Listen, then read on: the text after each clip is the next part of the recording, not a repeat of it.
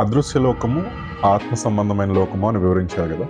అసలు ఆత్మ అంటే ఏంటో తెలియజేస్తారా? ఎస్, చాలా చక్కటి ప్రశ్న చక్రి ఇది. ఎందుకు అంటే నేను ఒక ఆత్మని, నాకు ప్రాణం ఉంది. నేను నా ప్రాణంతో అంటే నా జీవంతో కలిసి ఈ శరీరంలో ఈ భూలోకంలో జీవిస్తున్నాను అన్న విషయము తెలియనటువంటి స్థితిలో ప్రతి ఒక్క మనిషి జీవించేస్తూ ఉన్నారు. సామాన్యమైనటువంటి మనుషుల కోసం మాత్రమే కాదు నేను ఈ మాట చెప్తుంది. నేను జ్ఞానిని, చాలా జ్ఞానం కలిగి ఉన్నాను, ఈ లోకంలో చాలా ఉన్నతమైన స్థితిలో ఉన్నాను, చాలా అత్యున్నతమైనటువంటి స్థితిలో ఉన్నాను అని చెప్పుకుంటున్నటువంటి అనేక మందికి ఈ జ్ఞానం లేదు. ఇప్పుడు నేను నీకు కనపడుతున్నానా అంటే నేను కాదు కనపడేది, నా శరీరం నీకు కనపడుతుంది. నేను నా ఈ శరీరంలో జీవిస్తూ ఉన్నాను. నన్ను నేనే చూసుకోలేదు. అద్దం ముందుకెళ్ళి నన్ను నేను చూసుకున్నప్పుడు నాకు కనపడేది నా శరీరమే, నేను కాదు. నేను ఎక్కడున్నాను అంటే ఈ లోపల ఉన్నాను. ఇది ఎలా తెలుస్తుంది అంటే నా లోపల ఉన్న నేను బయటికి వెళ్ళిపోయాను అనుకో, ఈ శరీరము నేల మీద పడిపోతుంది. అంటే ఈ శరీరం నన్ను మోస్తుందా, నేను ఈ శరీరాన్ని మోస్తున్నానా? ఈ శరీరమే అని అనుకుంటున్నారు అందరూ. కాదు, నేనే నా శరీరాన్ని మోసుకుంటూ తిరుగుతున్నాను. ఈ శరీరం నన్ను మోస్తుంటే నేను లోపల ఉన్నా లేకపోయినా అది కదులుతూ ఉండాలి. ఆత్మకున్న బలం ఎలాంటిదంటే ఈ చెయ్యిని ఇలా లేపావు, నీకు ఇంకా సులువుగా అర్థమయ్యే విధంగా చెప్పాలంటే ఈ లోపల ఉన్న నేను అంటే ఈ జీవాత్మ బయటికి వెళ్ళిపోయింది. ఈ శరీరము ఒక 70 కేజీలో 80 కేజీలో వెయిట్ ఉంది నేను ఉన్నప్పుడు. నేను బయటికి వెళ్ళిపోయిన తర్వాత నా శరీరాన్ని నలుగురు మొయ్యాలి అంటే చాలా కష్టం. శరీరం వెయిట్ కూడా పెరిగిపోయినట్టుగా అనుకో. ఈ శరీరాన్ని శ్మశానానికి తీసుకెళ్లేటప్పుడు నలుగురు కాదు 10 మంది మోసినా కూడా అందరికి ఆయాసం వస్తుంది కూడా. మార్చి అంత బరువైనటువంటి ఈ శరీరము లోపల నేను ఉన్నప్పుడు చాలా తేలిగ్గా ఉన్నట్టుగా. అంటే లోపల నేను ఉన్నప్పుడు 80 కేజీలు అనుకుందాం, నేను బయటికి వెళ్ళిపోతే ఇది 160 కేజీలు అయిపోతుంది. నేనెవరు అంటే అసలైన వ్యక్తిని నేనే, ఆత్మని. అంటే ఇప్పుడు ఆత్మ అంటే 1 కొరింథీ 15వ అధ్యాయంలో పౌలు గారు ఈ రకంగా తెలియచేశారు. శరీర సంబంధమైనటువంటి అంటే భౌతిక సంబంధమైన శరీరం ఎలా అయితే ఉందో ఆత్మ సంబంధమైన శరీరము ఉన్నదని.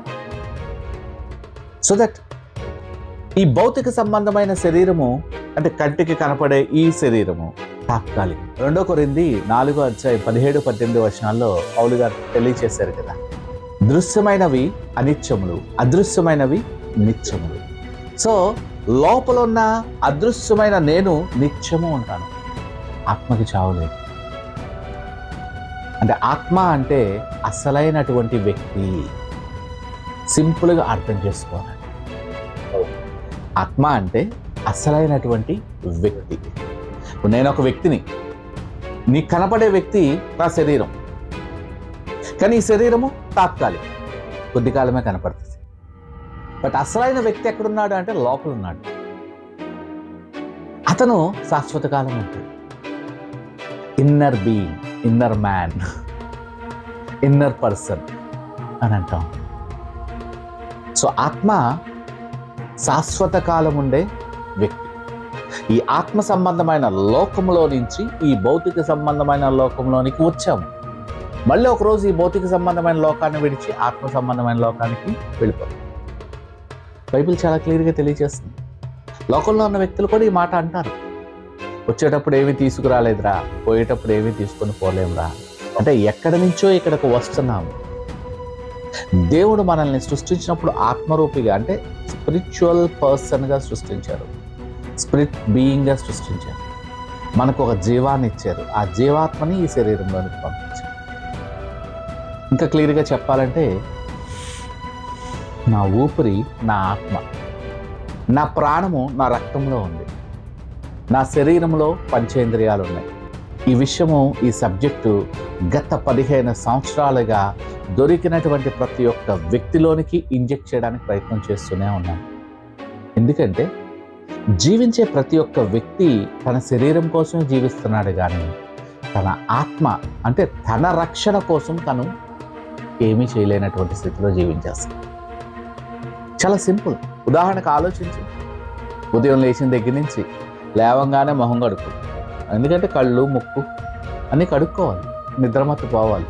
తర్వాత పళ్ళుతో తర్వాత స్నానం చేస్తాం, తర్వాత టిఫిన్ చేస్తాం, తర్వాత మళ్ళీ డ్రెస్అప్ అవుతాం. చక్కగా పౌడరో గివడరో ఫెయిర్ అండ్ లవ్లీ ఏదో రాసుకుంటాం, మంచిగా తలతూకుంటాం. Every second we live for our body. ఇవన్నీ చేస్తుంది ఎవరు? నేనే. అంటే లోపల ఉన్న ఆత్మ శరీరానికి లోబడి పనిచేస్తుంది. తన కోసం తనేమి చేసుకోవచ్చు.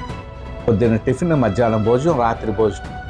అంటే ఆత్మ అయిన నేను దేనికోసం బ్రతుకుతున్నానప్పుడు? నా శరీరం కోసం బ్రతుకు. అంటే శరీరానుసారమైన మనసు కలిగి శరీరం కోసమే జీవిస్తూ ఉన్నాను ఈ లోపల. That's the condition, that's the stage I am in bondage. ఎలాగా అంటే శరీరము ఆత్మకి, ఆత్మ శరీరానికి విరోధముగా అపేక్షించును అని గలతీలు 5:17 బైబిల్ సెలవిస్తుంది. అక్కడ పరిశుద్ధాత్మను గురించి వివరంగా తెలియజేశారు. అంటే పరిశుద్ధాత్మ ఏం కోరుకుంటున్నారో మన శరీరం దానికి విరోధంగా కోరుకుంటుంది. మన శరీరం ఏం కోరుకుంటుందో దానికి విరోధంగా పరిశుద్ధాత్మ కోరుకుంటుంది. దేవుడు ఒక వ్యక్తి, ఆత్మ సంబంధమైన వ్యక్తి. దేవదూతలు కూడా ఆత్మ సంబంధమైన వ్యక్తులు. ఆత్మ అంటే ఒక రియల్ స్పిరిచువల్ బీయింగ్ అన్నమాట, రియల్ పర్సన్. ఇంపెరిషబుల్ అంటే అసలు నాశనము కాలేనటువంటి ఒక వ్యక్తి అన్నమాట. ఆ నాశనం కాలేనటువంటి వ్యక్తి నాశనం అయిపోవడానికి సిద్ధంగా ఉన్నటువంటి ఒక శరీరంలో వచ్చి కొద్ది కాలం ఇక్కడ ఉంటున్నాడంటే ఆ వ్యక్తి అదృశ్యంగా ఉన్నాడు. ఆ వ్యక్తి ఈ భౌతిక నేత్రాలకి కనపడి, ఆ వ్యక్తి ఈ మన చుట్టూ ఉన్నటువంటి గాలిలో సంచరించే అవకాశం ఉంది. ఇంకా క్లియర్గా చెప్పాలంటే ఆత్మీయ మర్మంలో అనే కార్యక్రమంలో ఈ పాయింట్ నేను చెప్పినట్టు గుర్తుంది నాకు. మనం నిద్రించినప్పుడు ఆత్మల లోకంలో, మేలుకున్నప్పుడు భౌతిక లోకంలో మనం జీవిస్తూ ఉంటామని మీకు తెలుసా? ప్రతిరోజు మనము మన శరీరాన్ని బెడ్ మీద విడిచి ఆత్మ సంబంధమైన లోకానికి జర్నీకి వెళ్తాం. అంటే దట్ మీన్స్ నేను నా శరీరాన్ని వదిలి స్పిరిచువల్ వరల్డ్లో జర్నీకి వెళ్తాను. మళ్ళీ మార్నింగ్ నా బాడీలోనికి వస్తాను. ఆత్మకి నిద్ర లేదు, ఆత్మకి చావు లేదు, ఆత్మకి ఆకలి లేదా? ఉన్నది. బట్ జస్ట్ లైక్ నేను ఒక ఆత్మని, నేను శరీరంలో ఉన్నాను. పొద్దున్న, మధ్యాహ్నం, సాయంత్రం తింటున్నాను. నేను నా కోసం తింటున్నానా, నా శరీరం కోసం తింటున్నానా? శరీరం కోసం. మరి నా కోసం నాకున్న ఆహారం ఏది? దేవుడి యొక్క జ్ఞానం, దేవుడి యొక్క వాక్యము ద్వారా అది మనకి బయలుపరచబడినప్పుడు ఆ ప్రత్యక్షతే నా ఆత్మకు బలాన్ని ఇస్తుంది. ఇప్పుడు ఆలోచిస్తే మన చుట్టూ ఉన్నటువంటి ఈ సమాజంలో, మన చుట్టూ ఉన్నటువంటి ఈ భౌతిక ప్రపంచంలో ఎంతమంది స్పిరిచువల్ అవేర్నెస్తో జీవిస్తున్నారు?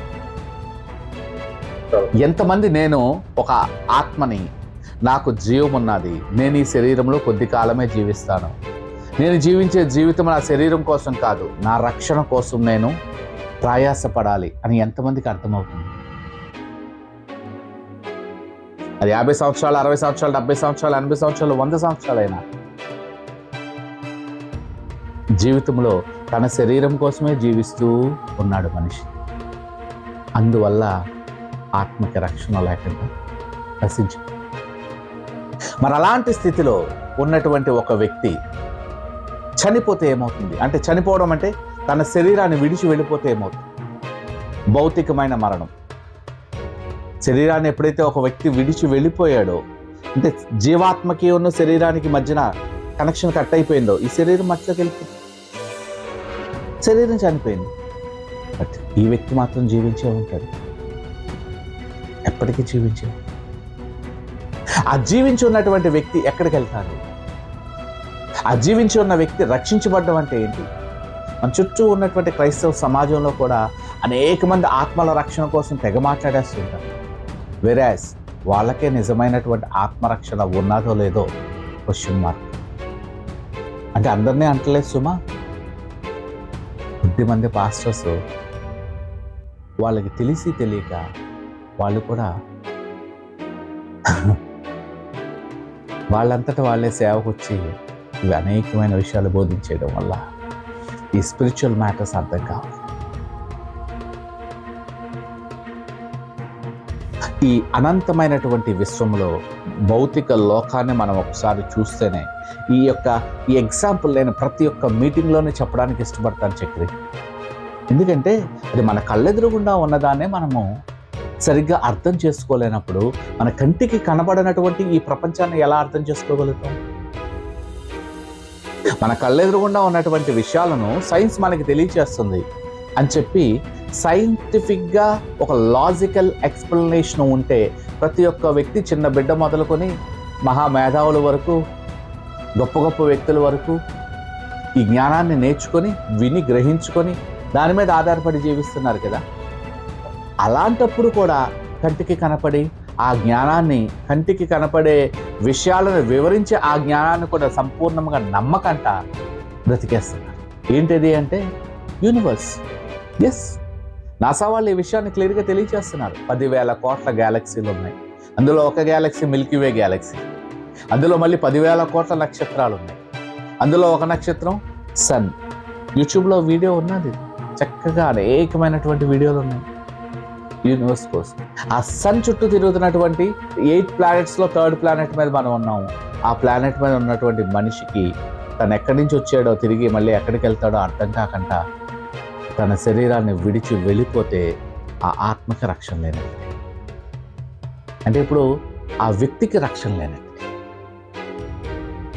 తన శరీరాన్ని విడిచేంత వరకు నేను అంటే శరీరం కాదు, అయ్యో ఇంతకాలం నేను ఈ శరీరం కోసమే బతికానా, ఈ శరీరాన్ని పోషించుకోవడం కోసం, ఈ శరీరానికి సౌందర్యం కోసం, శరీరానికి ఆహారం కోసం, శరీరాన్ని శుద్ధి చేసుకోవడం కోసం, శరీర అభిలాషలు తీర్చుకోవడం కోసం, శరీర ఇచ్చలు నెరవేర్చుకోవడం కోసమే నేను ఈ 100 సంవత్సరాలు, ఈ 70 సంవత్సరాలు, 80 సంవత్సరాలు బ్రతికేశానా అన్న విషయము తన శరీరాన్ని విడిచి వెళ్ళి నశించిపోతున్నటువంటి స్థితిలో, అంటే నిత్య శిక్షకి దేవుడు నిర్ణయించినటువంటి ఆ లోకానికి వెళ్ళినప్పుడు అప్పుడు అర్థమవుతుంది. అప్పుడు ఈ ఆత్మ నిజమేనా? ఆత్మ సంబంధమైన లోకం ఉందా? అందులో నేను ఒక వ్యక్తినా అన్న విషయం. ఈ యొక్క విషయాలు అన్సీన్ వరల్డ్, అదృశ్యలోకం అనే కార్యక్రమంలో బేసిక్గా చాలా క్లియర్గా ఎక్స్ప్లెయిన్ చేయడం జరిగింది. రాబోయే రోజుల్లో మనము ప్రోమో ఆల్రెడీ ప్రజెంట్ చేసాం. మనం చూసే ఉన్నట్టు ఆ ప్రోమో కోసం ఏమనిపించింది అది చూసినప్పుడు? చాలా అద్భుతంగా. ఒక మనిషి అంటే మనిషి జర్నీ ఎక్కడి నుంచి అయితే స్టార్ట్ అవుతుంది, ఎప్పుడు ఎక్కడ ఎవరికి జన్మించాలో మనము కోరుకోలేము కదా. అలా కోరుకునే ఫలమైతే చాలా అద్భుతమైనటువంటి రాజుకో రారాజుకో మనం జన్మించాలని కోరుకుంటాం. ఆ దేవుణ్ణి రాకముందే అడుగుతాం. ఆయన ఏ ట్రంప్ గారికో, ఏ జార్జ్ బుష్కో, ఏ ధీరుభాయ్ అంబానీకో మనం పుడితే చక్కగా పుట్టుకతోనే కోటీశ్వర్లకు పుడతాం కదా. అలాగే ఎప్పుడు ఎక్కడ ఎలా మరణిస్తామో కూడా మనకి. ఈ ప్రోమో అనేక మంది హృదయాలకు హత్తుకున్నది. ఆ ప్రోమో చూసిన చాలామంది కాల్స్ చేశారు, ఇది ఎప్పుడు స్టార్ట్ చేస్తారు అని చెప్పి దేవుడు ఇచ్చిన సమయంలో దాన్ని స్టార్ట్ చేస్తాను అని చెప్పడం జరిగింది. సో ఎనీహౌ ఈ కార్యక్రమంలో నాతో పాటు ఈ రకంగా జాయిన్ అయ్యి, ఈ moment god's time is the best time, god's chosen person is the right person, ఇలా జాయిన్ అయినందుకు నేను కూడా నీకు చాలా థ్యాంక్స్ చెప్పాలి చెప్పి. చాలా థ్యాంక్స్ అండి. సవివరంగా విషయాలన్నింటినీ అర్థమయ్యేటట్టు వివరించారు. చాలా థ్యాంక్స్. అలాగే మన వీక్షకులు కూడా ఈ విషయాలన్నీ అర్థమై ఉంటాయని నేను అనుకుంటా ఉన్నాను. ఒకవేళ ఎవరికైనా అర్థం కాకపోతే నాకు టెక్స్ట్ చేయండి, యూట్యూబ్లో కింద మెసేజ్ చేయొచ్చు, లేదంటే నెంబర్స్ ఉన్నాయి స్క్రీన్ పైన కనపడుతున్న నెంబర్స్కి కాల్ చేయొచ్చు. మీకున్నటువంటి డౌట్స్ క్లారిఫై చేసుకోవడానికి నాకు ఎప్పుడైనా మీరు కాల్ చేయొచ్చు. పరిశుద్ధాత్మ నాకు అనుగ్రహించినటువంటి ఆ ప్రత్యక్షతను బట్టి, ఆ అభిషేకాన్ని బట్టి నేను వీలైనంత సమయాన్ని, హృదయాన్ని మీకోసం వెచ్చించడానికి నేను సిద్ధంగా ఉన్నాను. మీ హృదయంలో ఉన్నటువంటి సంశయాలను తొలగించడానికి దేవుడు నాకు ఇచ్చినటువంటి శక్తి కొలది నేను పనిచేస్తాను, ప్రయత్నం చేస్తాను. ఒకవేళ మీరు అడిగిన ప్రశ్నకి నా దగ్గర సమాధానం లేకపోతే నేను ఉపవాసం ఉండి దేవుడు సన్నిధిలో కనిపెట్టుకొని ఆ ప్రశ్నకు సమాధానం వచ్చేంత వరకు ఆయన సన్నిధిలో నేను కూడా ధ్యానం చేస్తూ గడుపుతాను.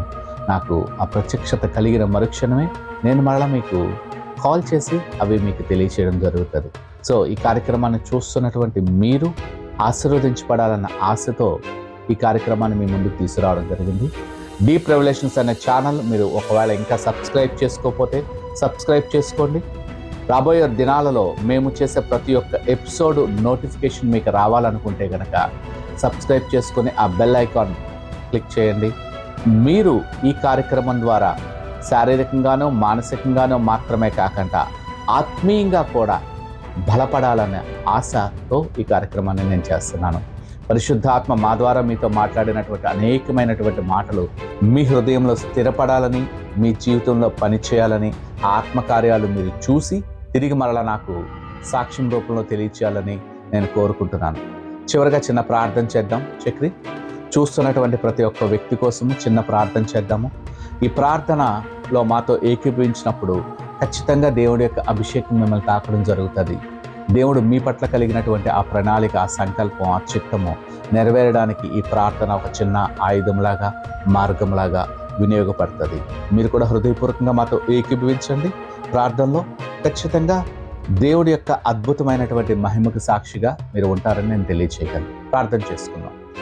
మహిమా పరిశుద్ధుడైన మా తండ్రి, సర్వోన్నతమైన సింహాసనం పైన ఆసీనుడైన మా దేవ, అవును తండ్రి, నీ జ్ఞానము మాకు అర్థం కానిది. మాకంటే ముందు ఆత్మ సంబంధమైనటువంటి లోకంలో ఏ విధమైనటువంటి సృష్టి మీరు చేశారో, అసలు ఆత్మ అంటే ఏంటో తెలుసుకోవడానికి నీ ఆత్మ ద్వారా నీ వాక్కు ప్రత్యక్షత మాకు కలగచేసి, మాతో పాటు ఈ కార్యక్రమాన్ని ఈ వీడియో ద్వారా చూస్తున్నటువంటి ప్రతి ఒక్క బిడ్డ హృదయంలోనూ కూడా అర్థమయ్యే రీతిగా మీరు మాట్లాడినందుకు మీకే కృతజ్ఞత చెల్లిస్తున్నాం తండ్రి. చూస్తున్నటువంటి ప్రతి ఒక్క వ్యక్తి, ఈ ప్రార్థనలో ఏకీభవిస్తున్నటువంటి ప్రతి ఒక్క వ్యక్తి నీ యొక్క రాజ్యంలో గొర్రెపిల్ల జీవ గ్రంథంలో వారి పేర్లు నమోదు చేసుకునే విధముగా, వారి ఆత్మ రక్షించబడే విధముగా నీ కృప వారికి అనుగ్రహించమని, వారి జీవితంలో వారికి కావాల్సినటువంటి అన్ని విషయాల్లోనూ కూడా నీ యొక్క కుడిహస్తం తోడుగా ఉంచి వారిని సమృద్ధిగా ఆశీర్వదించమని పరిశుద్ధాత్మ స్వాధీనంలో వారిని అప్పగిస్తూ యేసు నామంలో ప్రార్థిస్తున్నాం తండ్రి. ఆమేన్. ఆమేన్. God bless you all. Praise the Lord.